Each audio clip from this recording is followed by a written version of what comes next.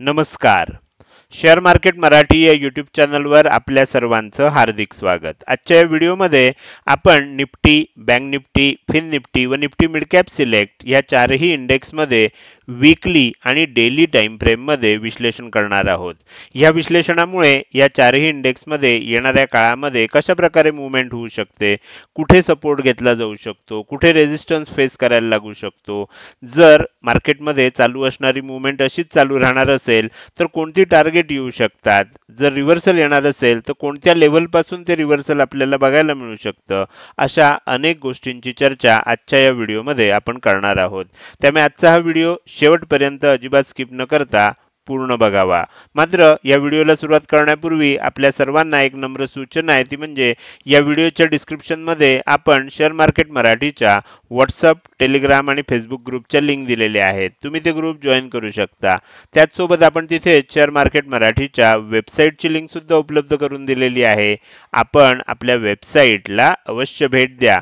या महत्त्वाच्या सूचनेनंतर आता आपण आपल्या मूळ विषयाकडे परत येऊया आणि शुक्रवारी मार्केटमध्ये कशा प्रकारे मूव्हमेंट झाली व येणाऱ्या काळामध्ये कशा प्रकारे मूव्हमेंट होऊ शकते याचं विश्लेषण करण्यासाठी डायरेक्टली जाऊया चार्टवर. आणि इथे मी बँक निफ्टीचा 15 मिनिटाचा चार्ट ओपन केलेला आहे.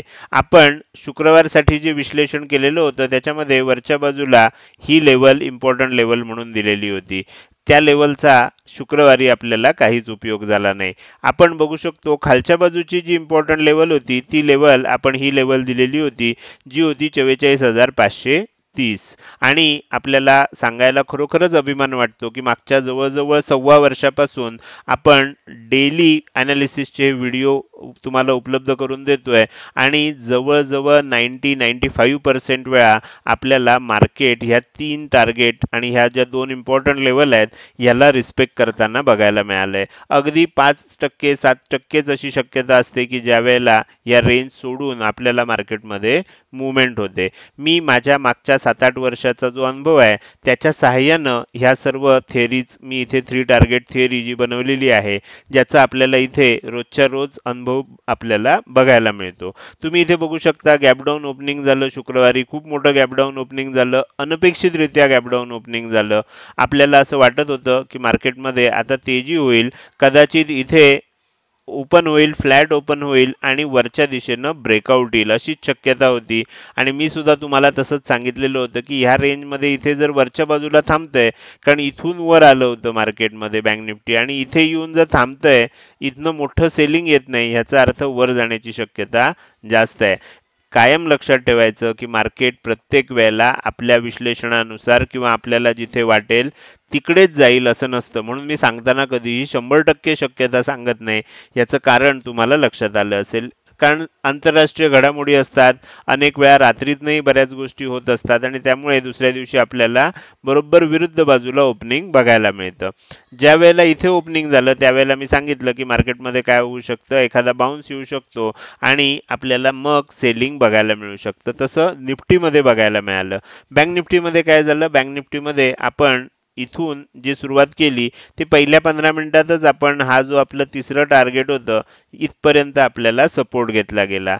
परत वर गेलं सेकंड टार्गेट पर्यंत आपण गेलो आणि तिथून पुन्हा सेलिंग झालं, परत इथे आलं. म्हणजे सकाळी पूर्ण वेळ जर तुम्ही बघितलात तर आपल्याला लक्षात येईल की साधारण 11-11:30 पर्यंत आपण ह्या लेवलचा सपोर्ट घेत होतो. आणि त्यानंतर मग काय झालं, त्यानंतर जर तुम्ही बघितलं तर आपल्याला इथे एक डब्ल्यू पॅटर्न बनलेला दिसेल. इथपर्यंत खाली आलं, इथपर्यंत वर गेलं, परत इथपर्यंत खाली आलं आणि त्याच्यानंतर ह्या डब्ल्यू पॅटर्नचा आपल्याला ब्रेकआउट आल्यानंतर अतिशय चांगलं असं टार्गेट मग 1:2 1:3 पर्यंतचं टार्गेट आपल्याला बघायला मिळालं. कारण आपण ह्या लेवलच्या आसपास एंट्री घेतली आणि ह्या लेवलच्या थोडंसं खाली म्हणजे आपण ह्या लेवलच्या आसपास जर स्टॉप लॉस ठेवला असेल तर तुम्हाला लक्षात येईल की 1:2 चं टार्गेट तर इथपर्यंत झालं, त्याच्यापेक्षा थोडं जास्त टार्गेट आपल्याला इथपर्यंत बघायला मिळालं. मात्र ही जी खालची इम्पॉर्टंट लेवल होती ही लेवल आपल्याला माहिती आहे की एकदा किंमत ह्याच्या खाली गेली की ही लेवल आपल्याला रेझिस्टन्स म्हणून काम करणार. जी लेवल आदल्या दिवशी आपल्याला पूर्ण वेळ सपोर्ट म्हणून काम करत होती ती आपल्याला वर जात असताना रेझिस्टन्स म्हणून काम करायला लागली आणि त्याच्यानंतर तुम्हाला लक्षात येईल की एक मोठं सेलिंग आपल्याला बघायला मिळालं. मात्र ते सुद्धा आपल्याला आश्चर्य वाटेल की ही जी आपण तिसरी लेवल दिलेली होती, शक्यतो फार कमी वेळा मी बँक निफ्टीमध्ये असं आपल्याला मधल्या लेवल दिल्या होत्या. म्हणजे 44,225, 44,325, 44,425. बऱ्याच वेळेला आपण काय करतो, 44,400, 44,300, 44,200 अशा लेवल देतो. मात्र जितक्या वेळेला आपण अशा लेवल दिलेल्या आहेत फ्रॅक्शनमध्ये 25, 50, 75, त्या वेळेला त्या लेवलला आपल्याला रिस्पेक्ट झालेलं बघायला मिळालं. आणि इथे सुद्धा आपल्याला तशाच पद्धतीनं बघायला मिळालं. एक तेजी झाली आणि त्यानंतर पुन्हा एकदा आपल्याला सेलिंग आलं. जरी हे आपल्याला इथपर्यंत दिसत असलं तरी ॲक्च्युली जे क्लोजिंग आलंय ते 44,287-88 च्या आसपास आलंय. म्हणजे इथे कुठेतरी क्लोजिंग आलेलं आहे. ओके, तर या आसपास आपल्याला क्लोजिंग बघायला मिळालं. तर हे झालं बँक निफ्टीमध्ये शुक्रवारी कशा प्रकारे मुवमेंट झाली. आता आपण काय करणार आहे, बँक निफ्टीचं ॲनालिसिस करणार आहोत. येणाऱ्या काळामध्ये बँक निफ्टीमध्ये कशा प्रकारे मुवमेंट होऊ शकते हे समजून घेण्यासाठी. तर त्यासाठी मी बँक निफ्टीचा चार्ट जो आहे हा सगळ्यात पहिल्यांदा वीकली टाइम फ्रेममध्ये ओपन करतोय.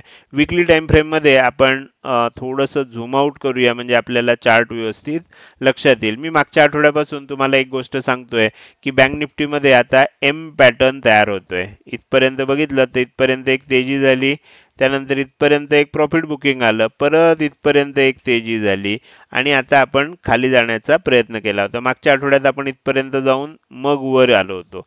तर ज्या क्षणी आपल्याला ही लेवल, आता तुम्हाला ही लेवल जर बघितली तर अनेक दिवसांपासून या लेवलचं महत्त्व तुम्हाला लक्षात येईल. म्हणजे ही लेवल कोणती आहे, 43,600 ची लेवल आहे. 43,600 ची लेवल पूर्वी इथून वर जात असताना आपल्याला वीकली टाइम फ्रेम मध्ये रेझिस्टन्स फेस करावा लागला होता. त्यानंतर जवळजवळ महिनाभर ह्या लेवलला आपण रेझिस्टन्स फेस केल्यानंतर एक मोठं सेलिंग आपल्याला बघायला मिळालं होतं 2022च्या एंड आणि 2023च्या पहिल्या 1-2 आठवड्यामध्ये किंवा पहिल्या महिन्यामध्ये. तर आपल्याला इथे एक रेझिस्टन्स फेस झाला होता. त्यानंतर आपण इथे बघितलं तर इथे लक्षात येईल की इथनं आपण ब्रेकआउट दिला होता. ब्रेकआउट दिल्यानंतर काय होतं माहिती आहे तुम्हाला, ब्रेकआउट दिल्यानंतर पुन्हा लेवल टेस्ट करायला खाली आलं आणि त्याच्यानंतर मग आपल्याला एन शेप बनवून खूप चांगलं टार्गेट त्याच्यामध्ये बघायला मिळालं होतं. आता ब्रेकआउट एकदा आलाय 43,600 च्या वर, त्यानंतर 43,600 च्या खाली आपण एकदा सुद्धा क्लोजिंग दिलं नाही. गेलो तो 1, 2, 3 वेळा बघितलं तर आपण पूर्वी इथे साधारण जून महिन्याच्या आसपास म्हणजे मे जून ह्या आसपास आपल्याला तिथे खाली जायचा प्रयत्न झाला, मात्र तिथनं खाली क्लोजिंग आलं नव्हतं. इथे सुद्धा जर तुम्ही बघितलं ऑगस्ट महिन्यामध्ये तर इथे सुद्धा ह्या लेवलच्या आसपास येऊन पुन्हा वर गेलं होतं. आता जर समजा काही कारणामुळे 43,600 ची लेवल खालच्या बाजूनं ब्रेक झाली तर ह्याच्या खाली जर एखादी कॅन्डल क्लोज झाली तर मात्र एक मोठं सेलिंग आपल्याला बघायला मिळू शकतं, कारण तिथे मग एम पॅटर्न आपला ऍक्टिव्हेट होईल. अर्थात सध्या काय झालंय, सध्या आपण खाली येऊन इथे पुन्हा वर जायचा प्रयत्न करतोय. आणि तुम्ही जर बघितलं तर तुमच्या लक्षात येईल मागच्या आठवड्यामध्ये आपल्याला एक हॅमर कॅन्डल बनलेली होती. या आठवड्यामध्ये त्याचा हाय पण ब्रेक झाला आणि लो पण ब्रेक झालाय.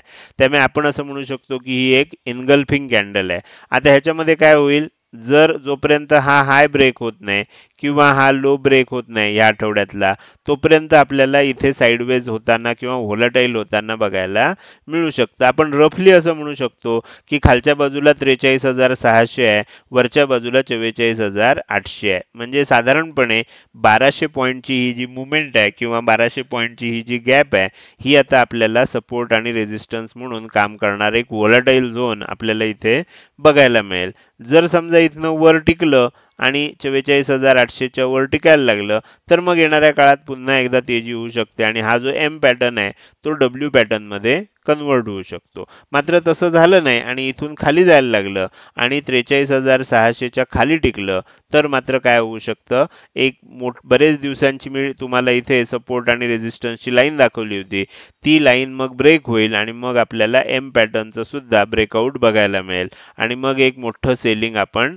अनुभवू शकतो. असा दरवेळेचा आपला अनुभव असतो. तर हे झालं बँक निफ्टीमध्ये वीकली टाइम फ्रेम मध्ये आपल्याला काय दिसतंय. आता आपण थोडंसं छोट्या टाइम फ्रेम मध्ये जाऊया, डेली टाइम फ्रेम मध्ये जाऊया. डेली टाइम फ्रेम मध्ये आपल्याला सध्या काय दिसतंय, एक मोठं सेलिंग इथे झालं.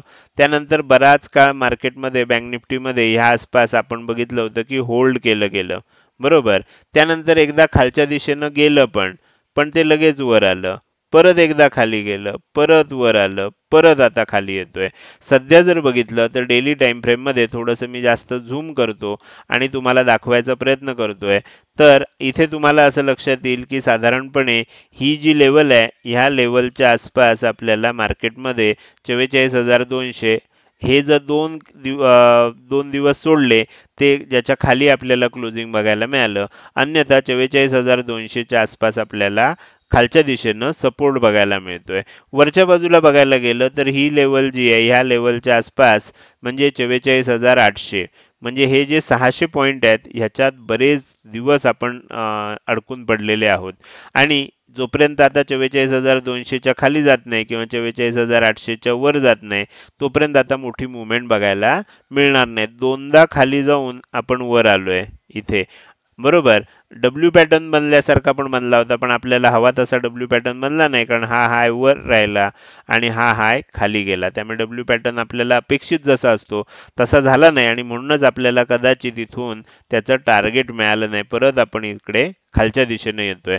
आता जोपर्यंत ह्या दोन लेवल ब्रेकआउट होत नाहीत, तोपर्यंत आपल्याला व्होलटाईल होण्याची शक्यता जास्त आहे. या 600 पॉईंटमध्ये बँक निफ्टी व्होलटाईल होऊ शकते. हे झालं बँक निफ्टीचं अतिशय विस्तृत असं ॲनालिसिस. आता आपण काय करूया, आपण पुढे जाऊया आणि निफ्टी 50चा चार्ट ओपन करूया, ज्यामध्ये शुक्रवारी आपल्याला काय झालं हे समजून घ्यायचं आहे. त्यासाठी मी 15 मिनिटाच्या टाइम फ्रेममध्ये हा चार्ट ओपन करतोय. इथे आपल्याला थोडंसं वेगळं चित्र बघायला मिळालं. इथे मी जसं म्हटलं होतं तुम्हाला प्रीमियम ग्रुपवर सांगितलं होतं की गॅप डाऊन ओपनिंग होतंय. गॅप डाऊन ओपनिंग झाल्यानंतर एक बाउन्स येऊ शकतो आणि त्याच्यानंतर सेल ऑन राईज आपल्याला बघायला मिळेल. वर गेल्यानंतर पुन्हा एकदा सेलिंग बघायला मिळेल. काय झालं तुम्ही बघितलं तर साधारण खालच्या दुसऱ्या टार्गेटच्या आसपास ओपनिंग झालं. ओपनिंग झाल्यानंतर खाली येण्याचा प्रयत्न झाला. तिसऱ्या टार्गेटच्या आसपास सपोर्ट घेतला गेला त्याच्या थोडंसं वर आणि एक आपल्याला ग्रीन कॅन्डल बनलेली बघायला मिळाली. बरोबर ती आपल्याला खालचं जे पहिलं टार्गेट आहे तिथपर्यंतच गेली. म्हणजे ह्या लेवल सुद्धा आपल्याला किती परफेक्ट काम करतायत हे तुमच्या लक्षात येईल. आपण शुक्रवारसाठी ही खालच्या बाजूची इम्पॉर्टंट लेवल म्हणून सांगितलेली होती. ही लेवल होती 19,775 ची.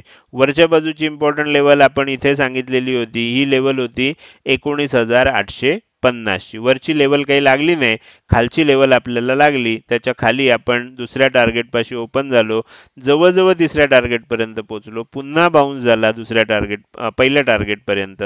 तिथून सेलिंग झालं.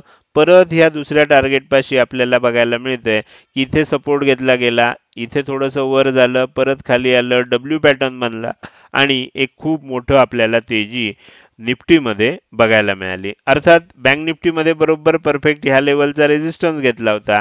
इथे ब्रेकआउट झालं आणि ब्रेकआउट फेल्युअर देखील आपल्याला बघायला मिळालं. ब्रेकआउट झाल्यानंतर पुन्हा खाली आलं, म्हणजे ह्याला ब्रेकआउट फेल्युअर असं आपण म्हणतो. आणि साधारणपणे ह्या लेवलच्या आसपास म्हणजे खालच्या बाजूच्या पहिल्या टार्गेटच्या थोडंसं वर आपल्याला क्लोजिंग आलेलं आहे. ॲक्च्युअल क्लोजिंग जे आलं हे 19,751 म्हणजे साधारण इथे कुठेतरी आलेलं आहे. तर हे झालं निफ्टीमध्ये शुक्रवारी कशा प्रकारे मूव्हमेंट झाली आणि आपण दिलेल्या ज्या लेवल होत्या ह्या किती परफेक्ट पद्धतीनं निफ्टीनं त्याला रिस्पेक्ट केलं. आता आपण काय करूया, आता आपण निफ्टीचा चार्ट वीकली टाइम फ्रेममध्ये ओपन करूया आणि वीकली टाइम फ्रेममध्ये निफ्टी आपल्याला काय सांगायचा प्रयत्न करते ते समजून घेऊया. आता आपण निफ्टीचा वीकली चार्ट ओपन केलेला आहे. इथे जर तुम्ही बघितलं तर इथे आपल्याला काय होतंय, इथे आपल्याला तसं काही बँक निफ्टीप्रमाणे एम पॅटर्न वगैरे दिसत नाहीये अजून. इथे काय होताना दिसतंय, तुम्ही अगदी जर बारकाईनं बघायला गेलात तर इथून सेलिंग झालंय इथपर्यंत, तेजी झाली इथपर्यंत, इथून खाली येऊन पुन्हा इथून वर चाललेलं म्हणजे एक डब्ल्यू पॅटर्न बनू शकतो असं दिसायला लागलंय. जर वरच्या बाजूला ही लेवल जी आहे ही 20,200 च्या आसपास जी लेवल आहे ती वरच्या बाजूनं ब्रेकआउट झाली तर आपल्याला एक डब्ल्यू पॅटर्न सुद्धा इथे बनताना दिसू शकतो. कारण पहिल्या बाजूचा जो लो आहे, पहिला लो आहे तो खाली आहे, दुसरा लो आहे तो वर आहे, म्हणजे एक डब्ल्यू पॅटर्न बनायला संधी आहे. आणि तुम्ही जर इथे बघितलं तर तुमच्या लक्षात येईल मागचे 2 आठवडे आपल्याला व्होलटाईल होतंय पण क्लोजिंग इथेच येते.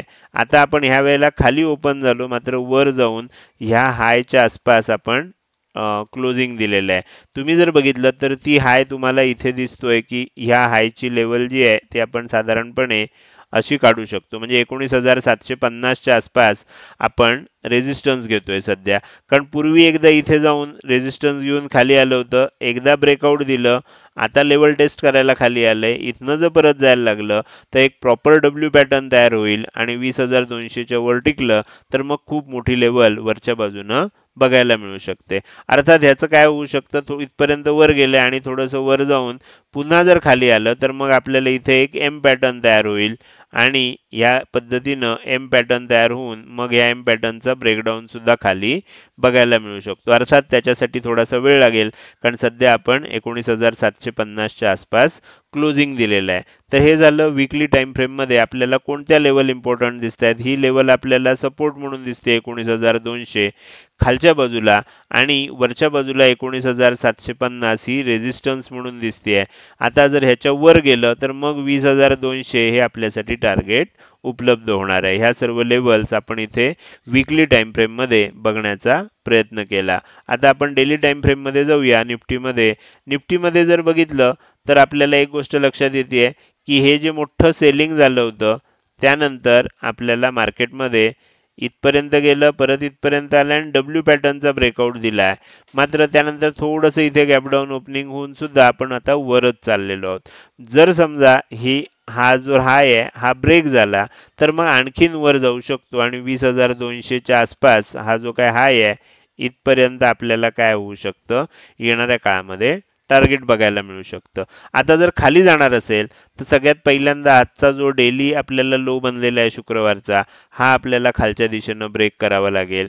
त्यानंतर मग ही लेवल आपल्याला टार्गेट म्हणून 19,500 दिसते, तिथपर्यंत येऊ शकतो. ही ब्रेक झाली तर मग आपण खालच्या बाजूला इथे येऊ शकतो आणि 19,300 पर्यंत मग खाली येताना बघायला मिळू शकतो. त्याच्याही खाली आलं तर मग आपल्याला साधारणपणे ही जी लेवल आहे ही लेवल आपल्याला 19,200 ची टार्गेट म्हणून बघता येईल. तर अशा पद्धतीनं वर जात असताना काय होऊ शकतं, खाली येत असताना काय होऊ शकतं, कोणकोणत्या लेवल आपल्याला दिसत आहेत निफ्टीमध्ये हे मी तुम्हाला इथे सांगण्याचा प्रयत्न केला. तर निफ्टी आपल्याला जास्त स्ट्रॉंग दिसतोय बँक निफ्टीच्या तुलनेमध्ये, चार्ट बघितल्यावर आता तुमच्याही लक्षात आलं असेल. आता आपण पुढे जाऊया आणि पुढचा इंडेक्स बघणार आहोत ज्याचं नाव आहे फिन निफ्टीमध्ये शुक्रवारी कशा पद्धतीनं मुवमेंट झाली आणि आपण दिलेल्या ज्या लेवल्स आहेत त्या लेवल्सला त्यानं रिस्पेक्ट केलं का हे आपण इथे बघण्याचा प्रयत्न करूया. तर तुम्ही इथे बघू शकता की फिन निफ्टीसाठी आपण वरच्या बाजूची इम्पॉर्टंट लेवल ही दिलेली होती. ही लेवल कोणती होती, 19,975 ची. खालच्या बाजूची इम्पॉर्टंट लेवल आपण इथे दिलेली होती. ही लेवल कोणती होती, 19,900 ची. तुम्ही बघू शकता गॅपडाऊन ओपनिंग झालं खालच्या पहिल्या टार्गेट जवळ, दुसऱ्या टार्गेट पर्यंत गेला, सपोर्ट घेतला, वर जायचा प्रयत्न झाला, पुन्हा सेलिंग आलं. इथे डब्ल्यू पॅटर्न बनवून आपल्याला एक ब्रेकआउट बघायला मिळाला. थोडंसं इथे साईडवेज झालेलं होतं, पण त्यानंतर पुन्हा आपण हा लो काही तुटला नाही आणि आपल्याला स्टॉप लॉस काही हिट झाला नाही. आणि बँक निफ्टीप्रमाणेच एकदा मोठी तेजी झाल्यानंतर पुन्हा आपण खाली आलो आणि खालच्या दुसऱ्या टार्गेटच्या आसपास कॅन्डलनं क्लोजिंग दिलंय. प्रत्यक्ष जे क्लोजिंग आहे ते 19,827 च्या आसपास आहे, म्हणजे साधारणपणे इथे कुठेतरी आपल्याला क्लोजिंग आलेलं आहे. तर अशा पद्धतीनं हे झालं फिन निफ्टीमध्ये शुक्रवारी आपल्या लेवल्सला कशा पद्धतीनं रिस्पेक्ट केलं. आता आपण पुढे जाऊया आणि फिन निफ्टीचं सुद्धा वीकली आणि डेली टाइम फ्रेम मध्ये अनालिसिस करायला सुरुवात करूया. सगळ्यात पहिल्यांदा वीकली टाइम फ्रेम मध्ये ओपन करतोय. मागचे 3ही आठवडे इथे सुद्धा जर तुम्ही बघितलं तर इथे सुद्धा तुम्हाला काय दिसतंय, परफेक्ट अगदी एम बनताना आपल्याला बघायला मिळतोय. इथे जर तुम्ही बघितलं तर आपल्याला एक परफेक्ट एम बनताना दिसतोय. इथपर्यंत गेलं, इथपर्यंत सेलिंग आलं, त्यानंतर इथपर्यंत गेलं आणि इथे येऊन आपण खाली येतोय, एम बनताना दिसतोय.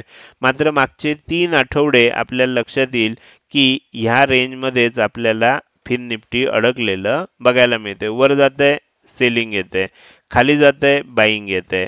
आता ह्या ज्या 2 लेवलमध्ये अडकलेलं 3 आठवडे जर बघितलं फिन निफ्टी आहे, ज्या क्षणी ह्यापैकी वरच्या बाजूला किंवा यातनं खालच्या बाजूला ज्या दिशेनं ब्रेकआउट येईल त्या दिशेने एक मोठी मुवमेंट आपल्याला बघायला मिळू शकते.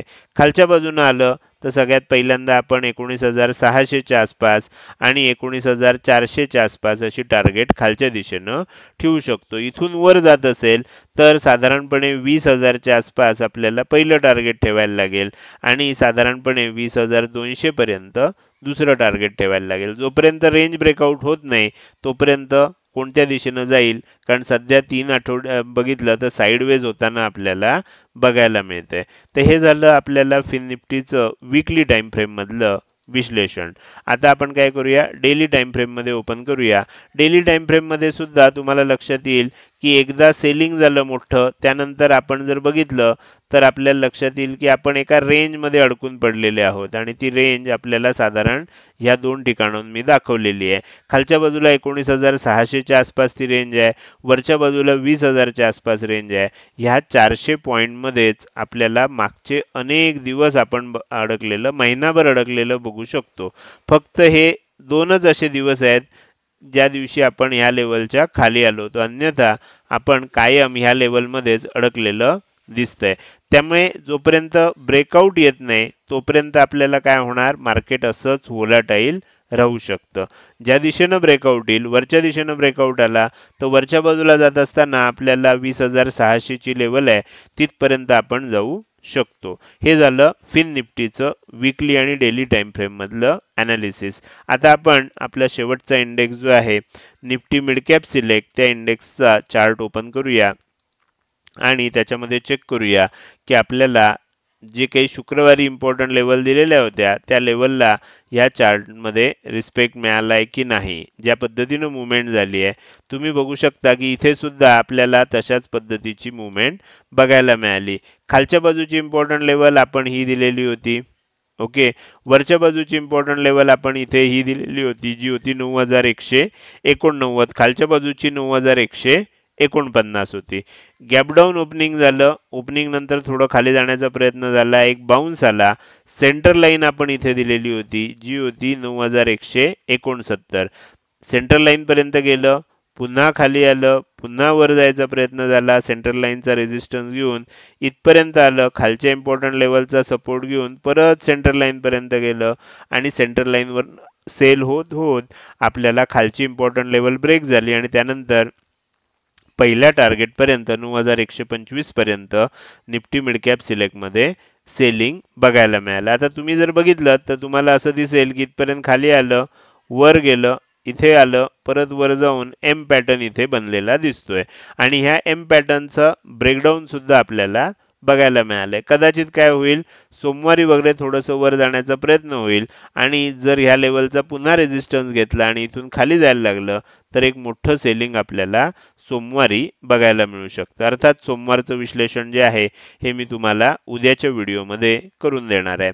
तर आपण आता बघूया की ब्रॉड मध्ये वीकली आणि डेली टाइम फ्रेम मध्ये निफ्टी मिड कॅप सिलेक्ट या इंडेक्स मध्ये आपल्याला कसं चित्र दिसतंय.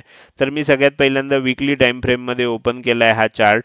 वीकली टाइम फ्रेम मध्ये ओपन केल्यानंतर तुमच्या लक्षात येईल मागचे अनेक आठवडे आपल्याला तेजी बघायला मिळते. तुम्ही इथे बघू शकता साधारण एप्रिल मे महिन्यापासून म्हणजे एप्रिलच्या आधीपासूनच मार्चच्या एंड पासून तुम्ही जर बघितलं तर निफ्टी मिड कॅप सिलेक्ट मध्ये खूप मोठं सेलिंग आलंय आणि खूप मोठं बाईंग आलंय, खूप मोठी आपल्याला तेजी बघायला मिळाली आहे. आणि त्याच्यानंतर आपण जर बघितलं तर मागचा जवळजवळ आपल्याला लक्षात येईल की एक महिना दीड महिना आपण आता जवळजवळ 2 महिने होत येतील, 1 2 3 4 5 6 आठवडे झालेले आहेत. म्हणजे आपल्याला लक्षात येईल की 6 आठवडे झालेत म्हणजे दीड महिना आपल्याला ह्या एरियामध्येच अडकून आपण पडलेले आहोत. वरच्या बाजूला साधारण 9,250, खालच्या बाजूला आपण जर बघितलं तर साधारणपणे 8,900 किंवा 8,800 च्या आसपास असं ह्याच एरियामध्ये आपण अडकून पडलेले आहोत. आता काय होतं, जनरली एक मोठी तेजी झाली आणि पुन्हा इथे अडकून पडलो, येणाऱ्या काळामध्ये वरच्या दिशेनं मुवमेंट बघायला मिळू शकते. 60-70% वेळा आपल्याला असंच होतं की ह्याला पोल अँड फ्लॅग पॅटर्न म्हणतात. तेजी झाली खूप मोठी, साईडवेज झालं, थांबलं थोडा वेळ आणि पुन्हा वरच्या दिशेनं चालायला लागलं. असं होण्याची शक्यता जास्त असते. हे आपल्याला वीकली टाइम फ्रेम मध्ये बघायला मिळते. आता आपण काय करूया, निफ्टी मिड कॅप सिलेक्ट या इंडेक्सची डेली टाइम फ्रेम मध्ये चार्ट ओपन करूया. तुम्हाला इथे सुद्धा तेच बघायला मिळेल जे वीकली टाइम फ्रेम मध्ये बघायला मिळालं. काय झालं, इथे 2 आठवड्यामध्ये आपल्या 2 दिवसामध्ये जे सेलिंग झालं, ह्या सगळ्यात मोठं सेलिंग इथून इथपर्यंत झालं होतं आणि एकदम स्ट्रॉंग होतं. त्यानंतर दुसऱ्या दिवशी ओपनिंग नंतर आणखीन खाली गेलं. तुम्ही जर बघायला गेला तर तुम्हाला लक्षात येईल, एकदा ह्या 2 दिवसामध्ये हाय आणि लो बनले. आता आणि हे हाय आणि लो आपल्याला कधी बनलेले बघायला मिळत आहेत, साधारण सप्टेंबरच्या दुसऱ्या आठवड्यामध्ये. म्हणजे 11 आणि त्या 12 सप्टेंबरच्या आसपास आपल्याला झालेलं बघायला मिळते. म्हणजे आता 1 महिना झाला आपण काय करू शकलो नाही, या 2 लेवल ब्रेक करू शकलो नाही. इथून वर गेलं, रेझिस्टन्स घेऊन खाली आलो, परत वर गेलो, रेझिस्टन्स घेऊन खाली आलो, परत वर गेलो. असं करत करत आपण ह्या एरियामध्येच घुटमळतोय. लक्षात आलं? तर ह्या पद्धतीनं आपल्याला आता जोपर्यंत ह्या लेवलचा ब्रेकआउट येत नाही वरच्या दिशेनं, तोपर्यंत एक मोठी मुवमेंट होणार नाही. किंवा जर खालच्या दिशेने येणार असेल तर खालच्या बाजूला आपल्याला आता आणखीन एक लेवल तयार झाली आहे, ती आहे 9000 ची. तर 9000 च्या जोपर्यंत खाली जात नाही तोपर्यंत मग 8800 वगैरेची ही जी लेवल आहे, हे टार्गेट आपल्याला मिळणार नाही. एकदा इथून खाली आलं तर मग मोठं सेलिंग सुद्धा आपल्याला बघायला मिळू शकतं. हे झालं चारही इंडेक्सचं ॲनालिसिस. हे ॲनालिसिस तुम्हाला कसं वाटलं? जर आवडलं असेल तर नक्की या व्हिडिओला एक लाईक करू शकता आणि एखादी चांगली कमेंट या व्हिडिओच्या खाली पोस्ट करू शकता. लक्षात ठेवा, तुमच्या एका कमेंट आणि एका लाईकमुळे हा व्हिडिओ आपल्यासारख्याच अन्य लोकांकडे यूट्यूब दाखवायला म्हणजे त्यांना दाखवतं. त्याच्यामुळे काय होतं की तुम्हाला हे जसं विश्लेषण बघायला मिळालं तसं इतरांना सुद्धा यूट्यूब हे सजेस्ट करत असतं. त्यामुळे जर व्हिडिओ आवडत असेल तर नक्की लाईक करा. कसा वाटला, त्याच्यामध्ये तुम्हाला काही सूचना सांगायच्या असतील तर तुम्ही सांगू शकता. त्या कमेंट स्वरूपात जर सांगितल्यात तर मला तुमच्या मनात काय चाललंय, तुम्हाला काही सुधारणा हव्यात का, तुम्हाला काही आणखीन गोष्टी हव्यात का, हे मला लक्षात येऊ शकेल. जर आवडलं असेल नक्की लाईक करा, एखादी चांगली कमेंट अवश्य करा.